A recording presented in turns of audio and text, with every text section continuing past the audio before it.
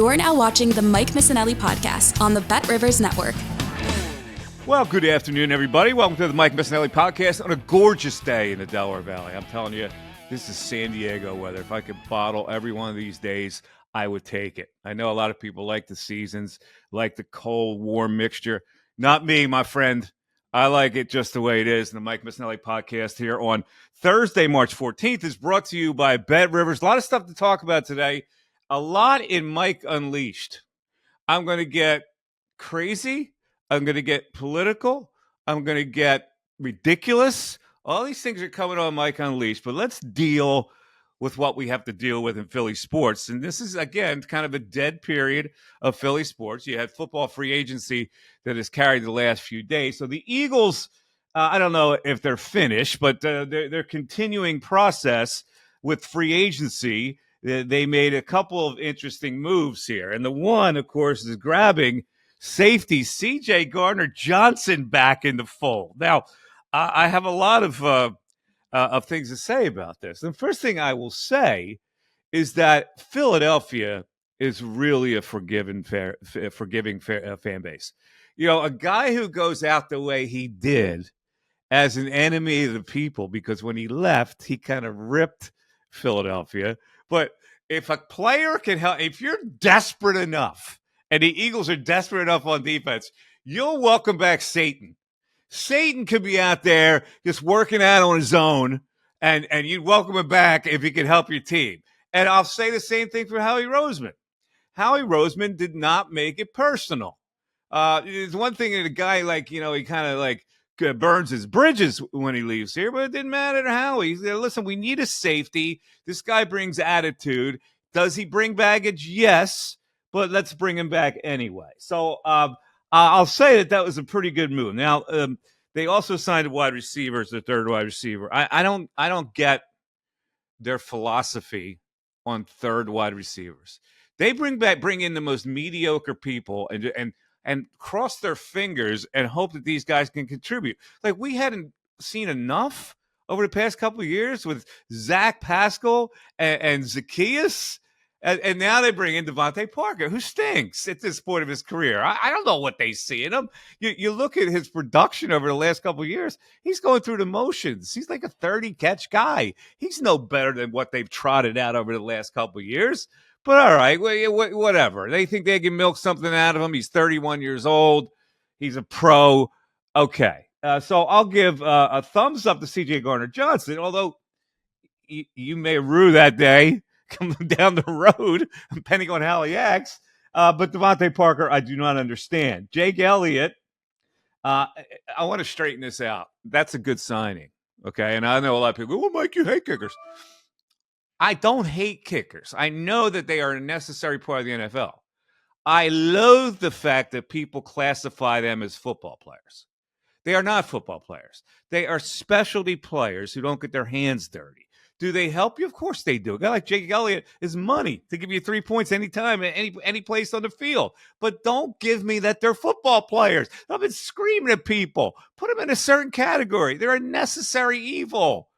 I have great respect for football players more than any athlete in professional sports, because they have blood, sweat, and tears they put on the field every single play, and they go through this hellish training camp, and they have to be in lifting sessions, and these kickers are they're frolicking around. I mean, come on, I've seen them at camp.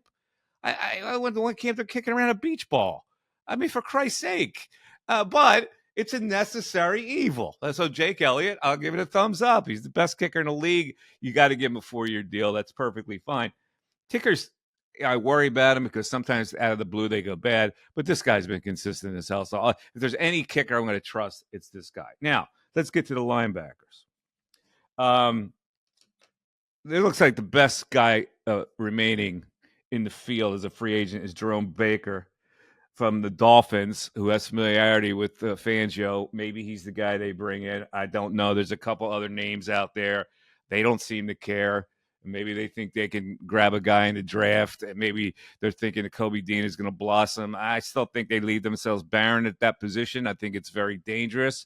But when you look at them now, they're corners. Okay, they're veteran corners. Bradbury, who knows, Slay. Who knows? They're getting older, but they got Blankenship, C.J. Gardner-Johnson back there. They're both kind of killers, and you wonder about them getting injured or them getting flagged, especially with C.J. Gardner-Johnson. So let's go back into the history of C.J. Gardner-Johnson.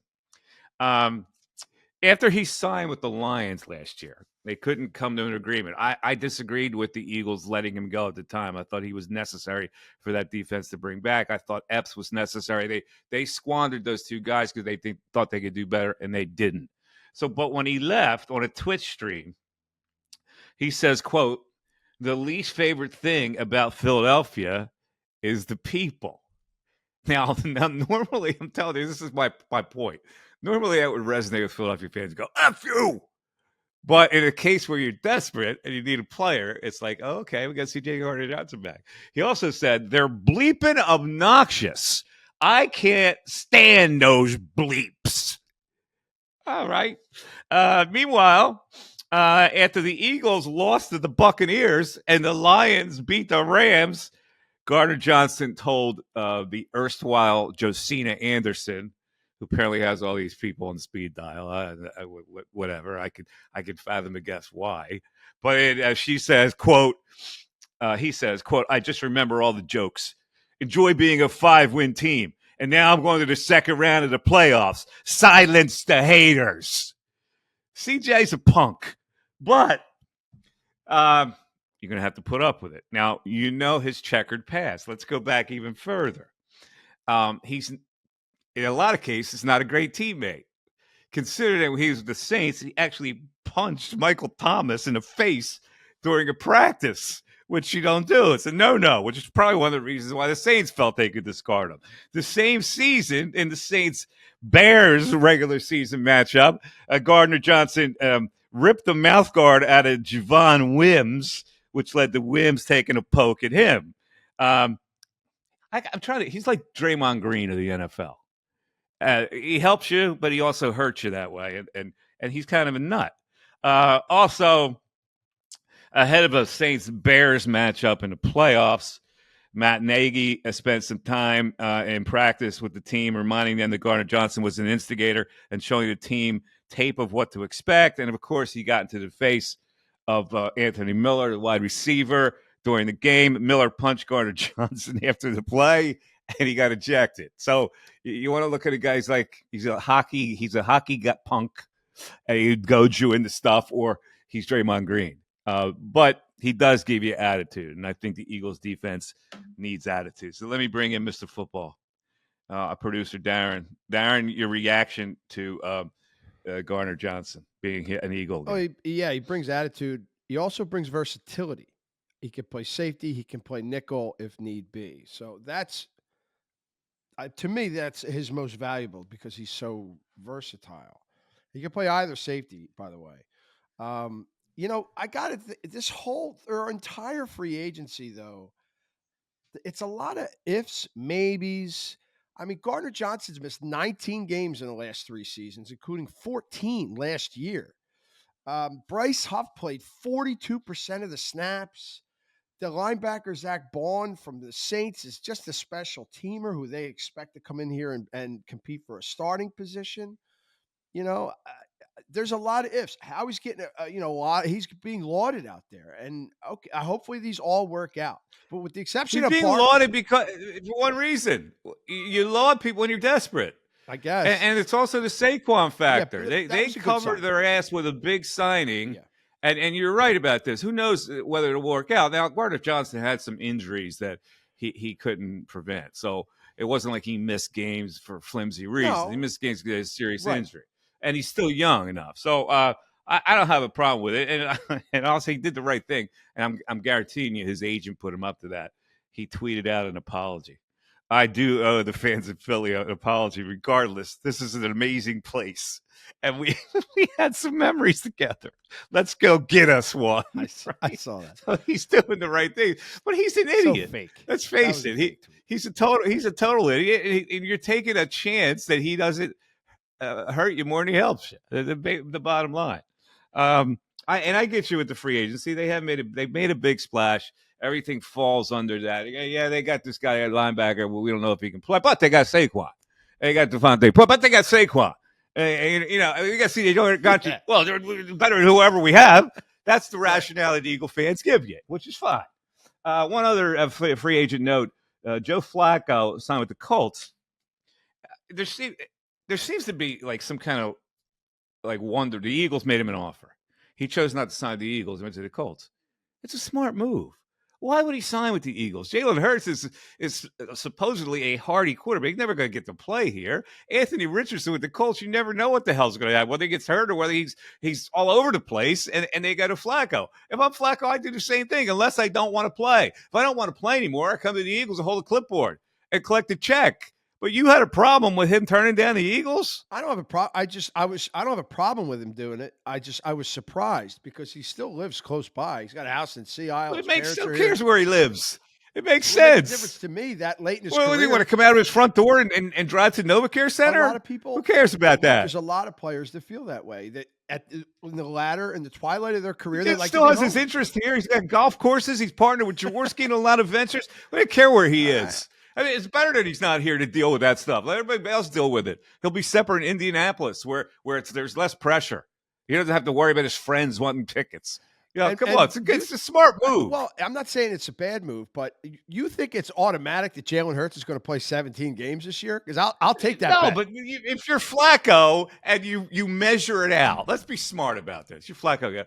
Where do I have a better chance of actually playing? It's definitely Indianapolis. Where's the better chance with less pressure than Philadelphia if I have to play? It's Indianapolis. It's like a no-brainer. Throwing to in Indianapolis. It doesn't matter. They only want to play 5 games. Okay. But he's going to get a better chance to play there. I'm not telling you wrong. I'm just giving you the other side of that. There is no other side. To me, it's a 100% win for Joe Flacco to play in Indianapolis, where there's a young quarterback that they don't even know can play yet, who's been saddled with an injury already. It's like Minshew. Minshew played how many more games did he play than he should have played because he went to Indianapolis? Yeah, he played a lot of snaps this year. No brainer. Come on, man. You got to see. Sometimes you don't see the forest for the trees. I don't even know what that saying means, but it sounded good.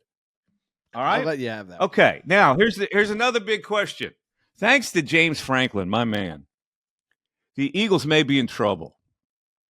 James Franklin at a press conference where James Franklin is a master at just talking. He just talks. He talks.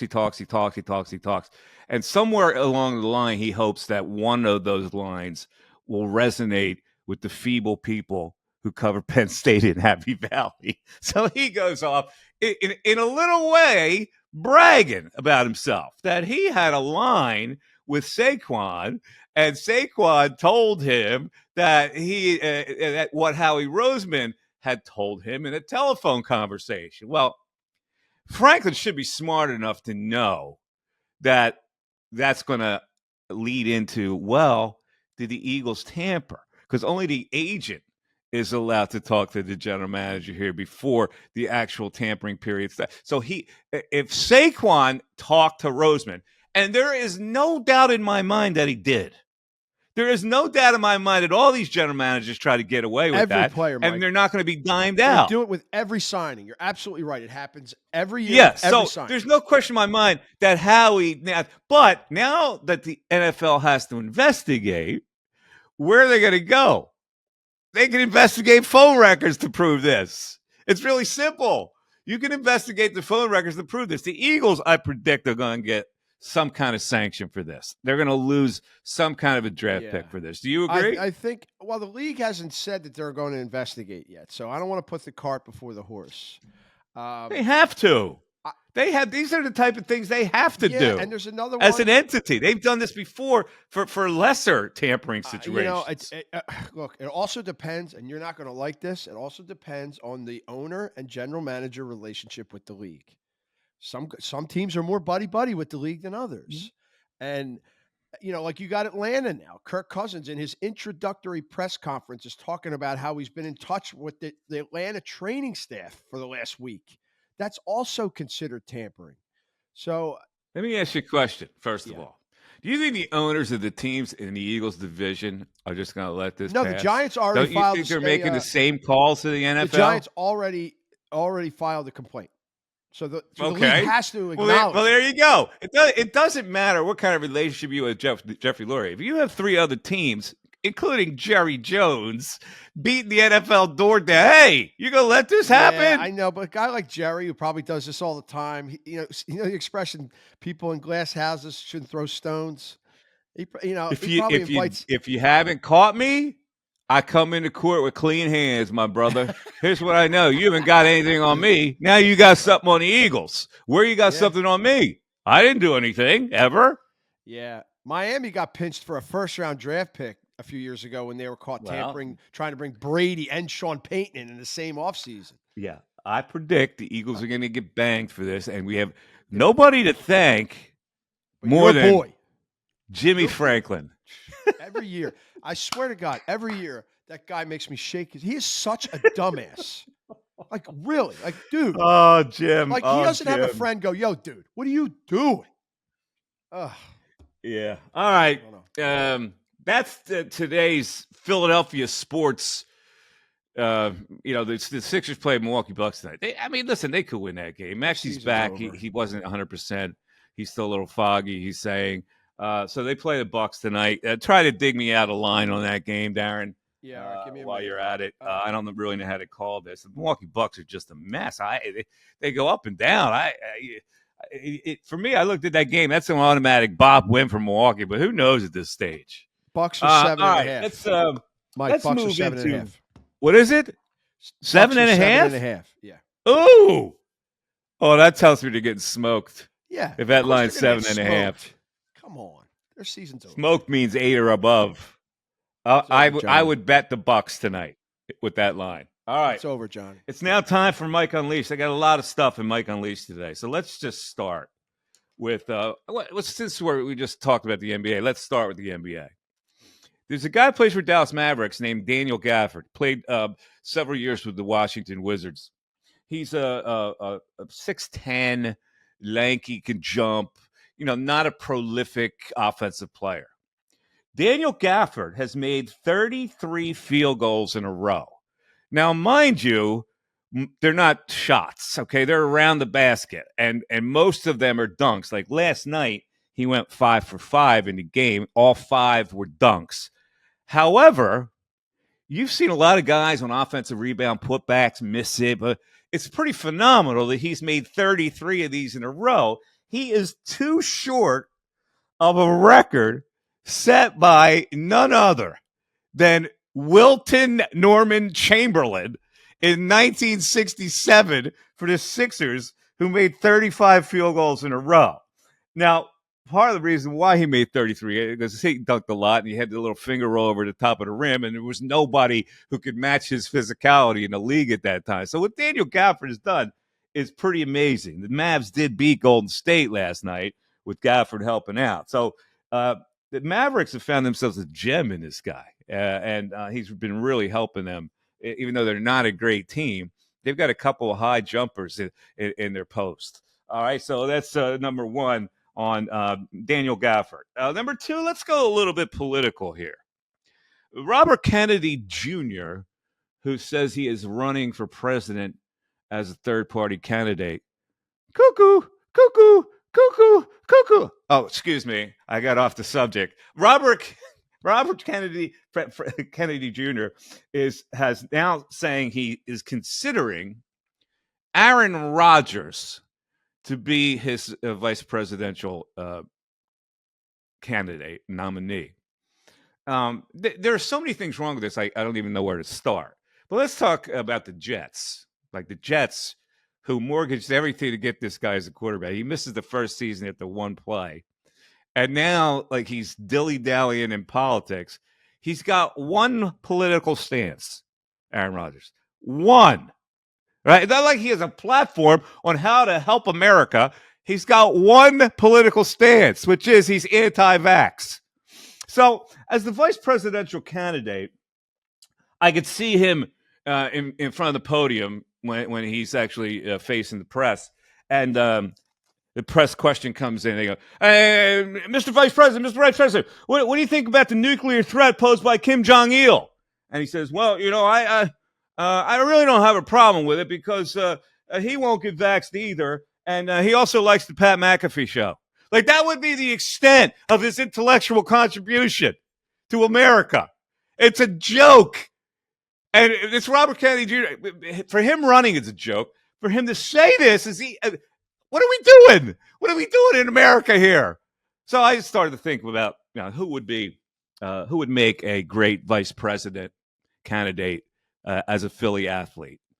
Darren, who's the guy you feel would be most respected enough to be a vice presidential candidate? I would say a guy like Troy Vincent, who holds an office. I think he's the president of the NFLPA, Players Association.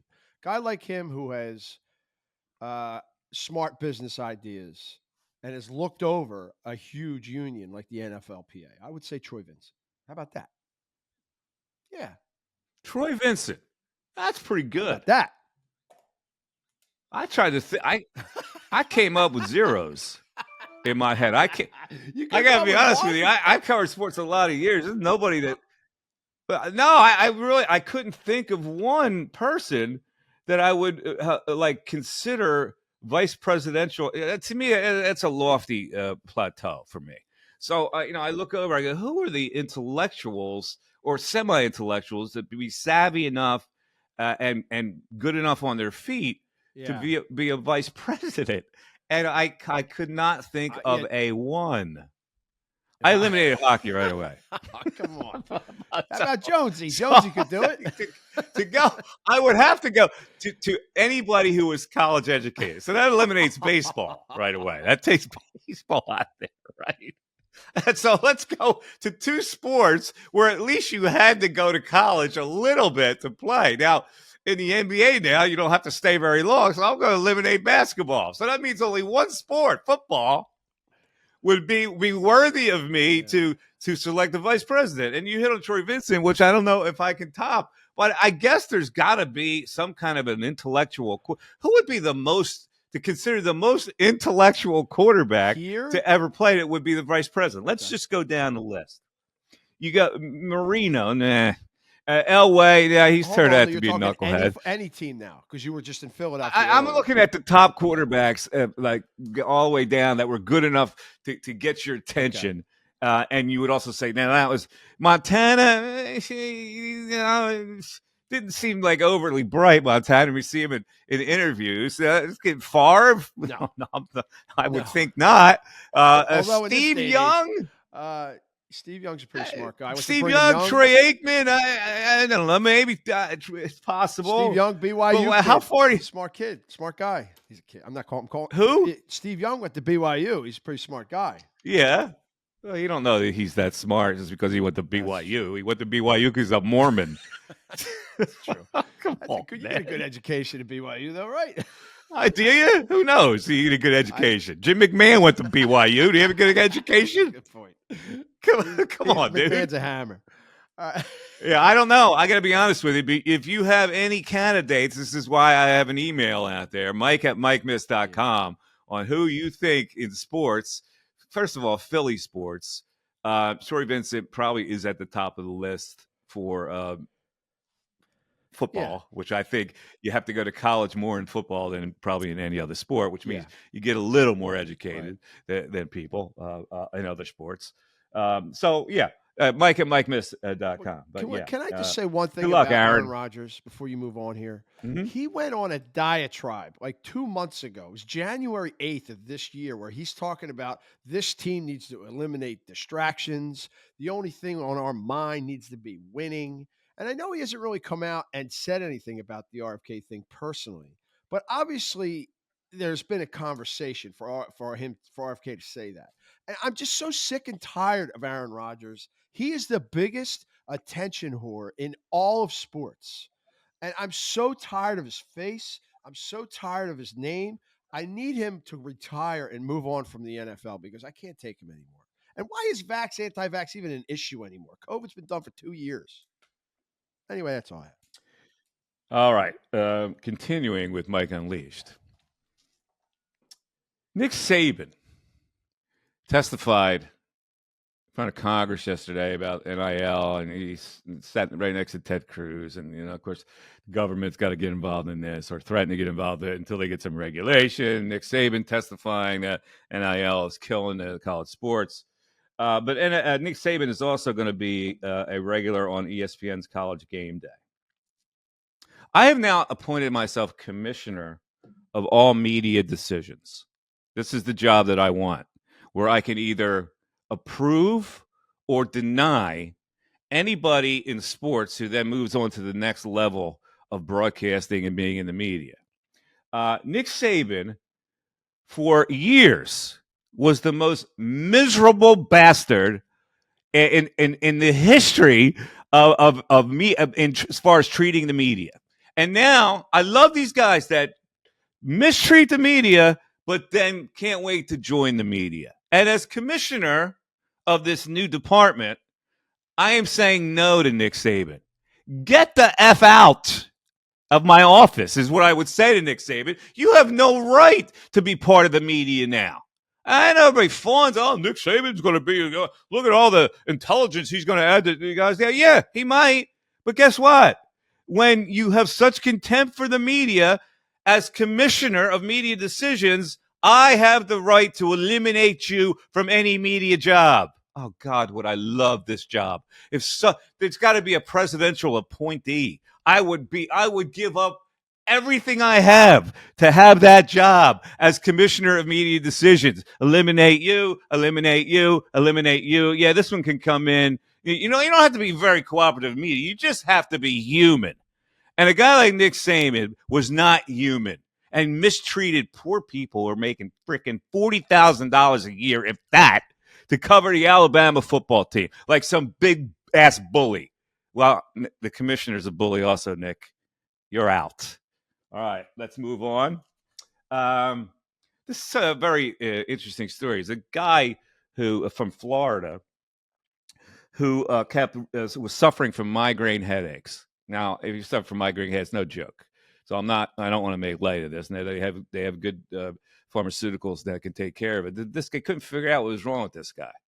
So finally, in a really deep brain scan, they found out that the guy had a tapeworm inside his brain that was causing these migraine headaches. I think it was tapeworm larva, but yes, tapeworm larva. Okay, tapeworm larva, but they were still eating his brain. And so they go, well, how did this get in there? It got in there from the guy eating uncooked bacon. Now, first of all, why would you eat uncooked bacon? What does that mean? Like cooked a little bit, or you were eating it right out of the Oscar Mayer pouch? Like what is seriously? Like you have to inflicted. When we grew up, we were like 3 years old when our parents said, "Don't eat the uncooked pork." Yeah. Watch out! You got to really cook that pork, right? This guy's eating raw bacon, and he got tapeworm larva in his brain. That'd be a lesson to you kids. Make sure mommy crisps it up in the morning for you. All right. Let's move on. By the way, you're a Jersey guy, so I need for you to comment on this news story. There's an increase in car insurance rates, and it's up to 21% in the last 12-month period. Now, I know Jersey, you get banged a lot with car insurance. Well, first of all, why? Why are the rates higher in New Jersey? I honestly don't know. And mine are good. My Danny's like she's 14. She's like 2 years really away from driving. My rate, my auto insurance is about to go through the damn roof. How much money do you pay in auto insurance right now a month or a year? Maria handles that. It's probably for the two of us. We have clean records, thank God. I want to say it's around $1,800 a year. Maybe 2,000. Probably higher than that. It's probably higher than that. But here's my point. I think. About you know what? It's about $250, $300 a month. That's what it is. Insurance companies, auto insurance companies, keep raising their rates. Makes me blanch every time I see an insurance commercial, which are all over the place. Every company, Liberty, and you're going to State Farm. Why are they spending so much money on national advertising? Does that not lend itself to raising rates on Joe Q Citizen? I hate seeing these commercials. Why do you need all these commercials? If you're going to lower your rate, then do your commercials. But if you're going to raise your rate, I don't want to see you spend millions of dollars on commercials, because who's that coming out of? Whose pocket? John and Joe Q Public. Yep. See, these are the things. If I was Aaron Rodgers and nominated for vice president, these are the things that I would help America with. Nick Saban out, insurance rates lowered, salary cap on how much insurance companies can pay for commercials. Simple, right? All right. I like it. Let's move on. I'll vote for you for vice president. Vote for me and I'll set you free. Ball of confusion. All right. Can you also get rid of pharmaceutical commercials while you're at it? Every damn commercial break. Go ahead. Yeah, but I got a good pharmaceutical plan, though. So, all right. This has been another major beef of mine. Not because she doesn't deserve this honor, but because I haven't gotten this honor. Kylie Kelsey, the wife of Jason Kelsey, is going to be one of Cabrini College's commencement speakers. Now, okay, she went there. She's now famous because of Jason and the whole bit. She played field hockey there. She was a field hockey coach at Lower Merion High. She's an athlete. And I don't have a problem with her being a commencement speaker. I do have a problem with, how many years have I been in this business there? You remind me twice a week, 35. A lot of years. Like in the 30s. Yeah. Not once. It has been my desire, my goal, to be a commencement speaker. I don't care if it's a freaking community college. I could pass on wisdom to the kids. Nobody has asked me to be a commencement speaker ever. And everybody gets their shot, including Kylie Kelsey. See, you just blew it. That's not one of those things you can ask to be. You just got to wait for it. Now that it's out there, you're never going to get it. My point is, I'm telling every university and college in this area, including my beloved alma mater, Penn State. Listen, I know they go for big ticket commencement speakers, but I'm telling them that I am available. Okay. And I will dazzle the kids. I will give them fundamental knowledge of life. All right. I'll put a word in for you at Rowan. All right. Thank you very much. Okay. So let's quickly, Temple University on our last podcast, we talked about that they're being investigated for these unusual betting lines that went up. I don't think Temple players are involved. But last night, they rallied to win a game after losing 10 straight as they beat always tough Texas San Antonio in the first round of the ACC tournament, 83-77. Of course, Texas San Antonio was getting 7. Ba-boom. You see what I did there? Yeah? You see what I did? Oh, my. No. It's a joke. Relax. It's a joke. All right. Last one for Mike Unleashed today is lead into music, which is going to lead into a discussion of music.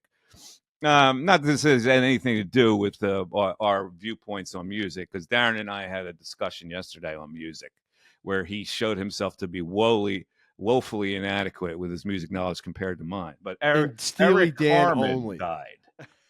Eric Carmen, who did the song "All by Myself," I wanna be. Now he was the lead singer of a band called what was it, the Raspberries, whatever it was. He had a solo career and he did that song "All by Myself," which is a pretty good song. So we had a discussion on music yesterday, and Darren claimed that he knew more about music than me. Now here's what I got to say about Darren. He is a complete pop classic rock guy. By pop classic rock, I mean not deep classic rock, pop classic rock that you heard on on mainstream radio, like stations like Ben FM or WMGK. Absolutely not. I hate that music. And so his favorite band is Fleetwood Mac. No, which it's gives not you my an idea. Darren is in his 40s. He might be the oldest 40-year-old in the history of Earth, as far as his musical taste go. He knows nothing about today's music. He knows nothing about the new all and indie music that has popped out. He's a classic rock hardhead. So, and here's what he says yesterday. Now, I happen to be a big Steely Dan fan. I think they're masteries of music. I look for musicianship in a lot of music. Steely Dan's studio perfection is unmatched by anybody. They're jazzy, they're rocky, they're tremendous. Darren says, I don't like Steely Dan because all Steely Dan songs sounded alike. I go, okay, name me 3 Steely Dan songs. Couldn't do it. So this is where I'm talking about with people of his ilk. They make value judgments on something they know nothing about. And that's what my producer, Darren, does. Your retort to that, Darren. First of all, when you don't like a band, do you remember the names of their songs? Yeah. You do? Yeah. First of all, I don't dislike any band. I don't dislike any band. I don't make value judgments on band. I don't even make a value judgment on Creed or Nickelback.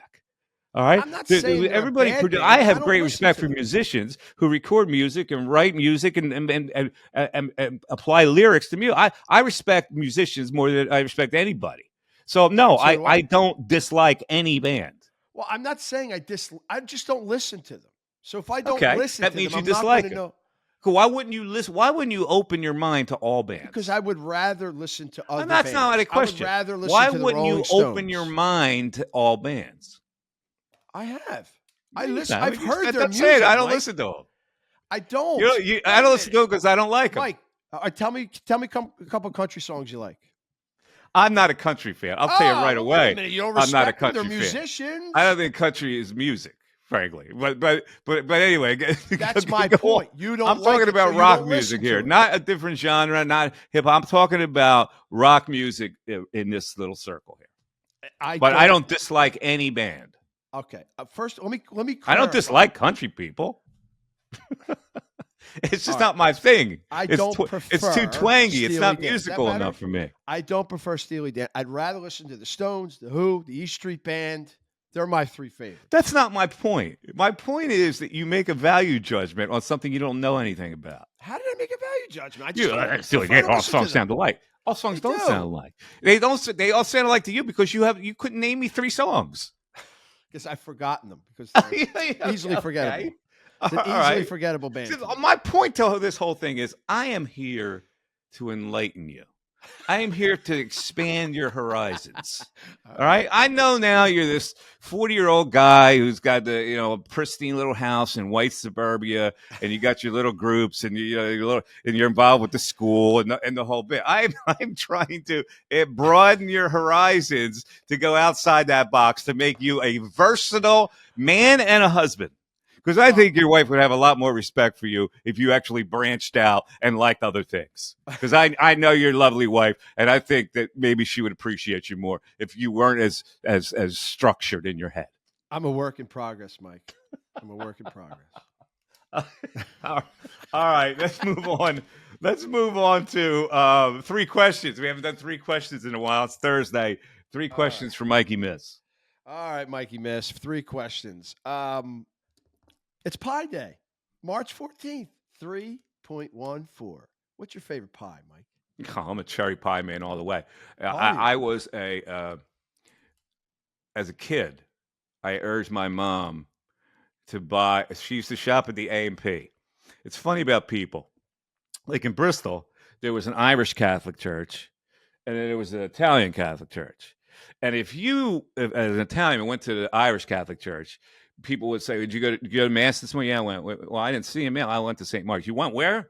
Like, it was one of those deals. So it was either you shopped at the A&P in Bristol or you shopped at the Acme in Bristol.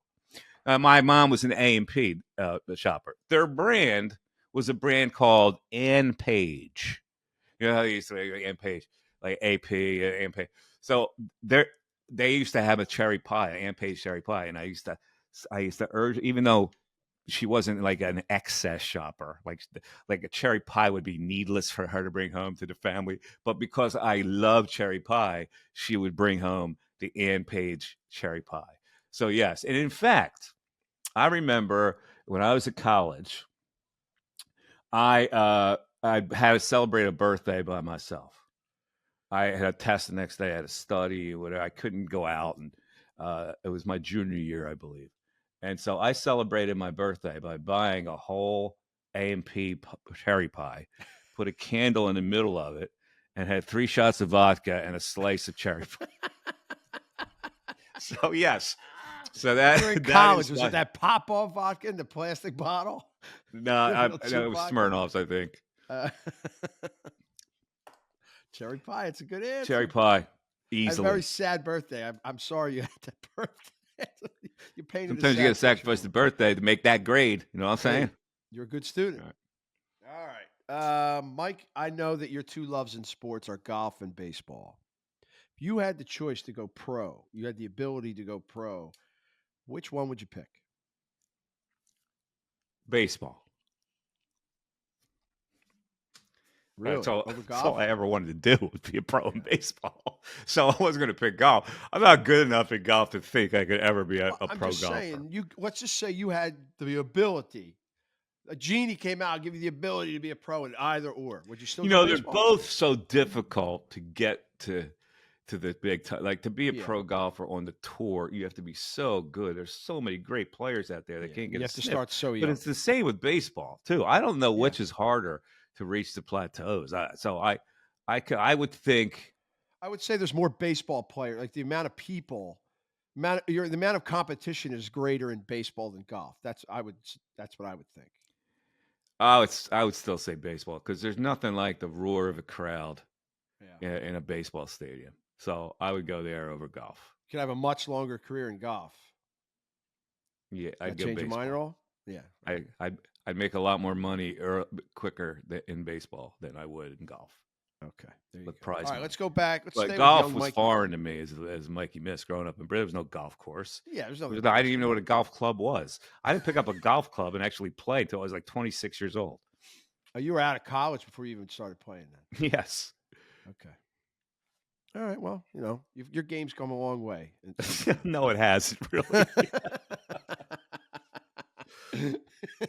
All right. Question number 3. We'll stay with the young Mikey Miss in high school. What was your favorite subject? I'm going through this with my daughter now. Favorite high school subject? History.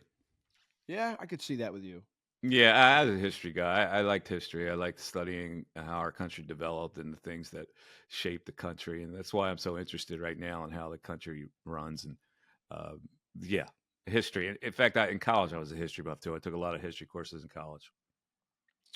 That's a good answer. I thought you might go that way. And that's 3 questions. All right. That's 3 questions. And that will wrap it up today on the Mike Missanelli podcast. By the way, we've reached the snag with Jake Tapper. I informed last night that Jake will be traveling we were supposed to interview him on Monday. So we're trying to work another day with his people next week. Did you hear from his producer? I've reached out this morning, so we'll I emailed him last night as well. So we're on standby with that, but we're going to make that happen because another installment of the United States of Scandal is coming on Sunday night. And I was hoping to talk to Jake Monday about the latest episode, but we'll still be able to talk to him. The Philly native Jake Tapper is doing a great series on. I know a lot of people out there. CNN.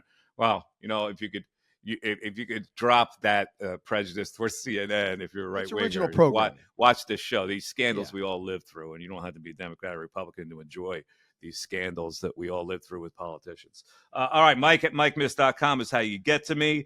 On Twitter, it's MikeMiss25. Of course, we're brought to you by BetRivers. Don't forget to download that BetRivers app. And I may play the Milwaukee Bucks tonight. 7.5.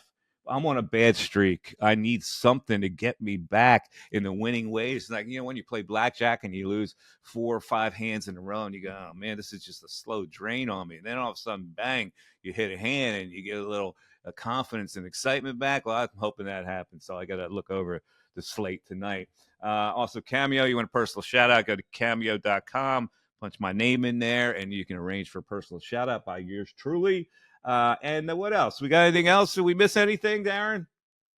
No, we covered everything we wanted to today. We covered everything. Yeah, we'll talk a little baseball next week, I think. Opening day, Mike, 2 weeks from today. Okay. Sounds good. Opening day, always a refreshing moment in the spring. Oh, yeah. I'm looking out my window. It's going to be 70 today. Guess where I'll be? I'm going to guess the golf course. Yes, sir. have a great sunny day. It's going to get cold again next week, so enjoy it and so as it stays warm. For Darren, I'm Mike. Take care, everybody. Thanks for listening to the Mike Missanelli podcast. Bye-bye.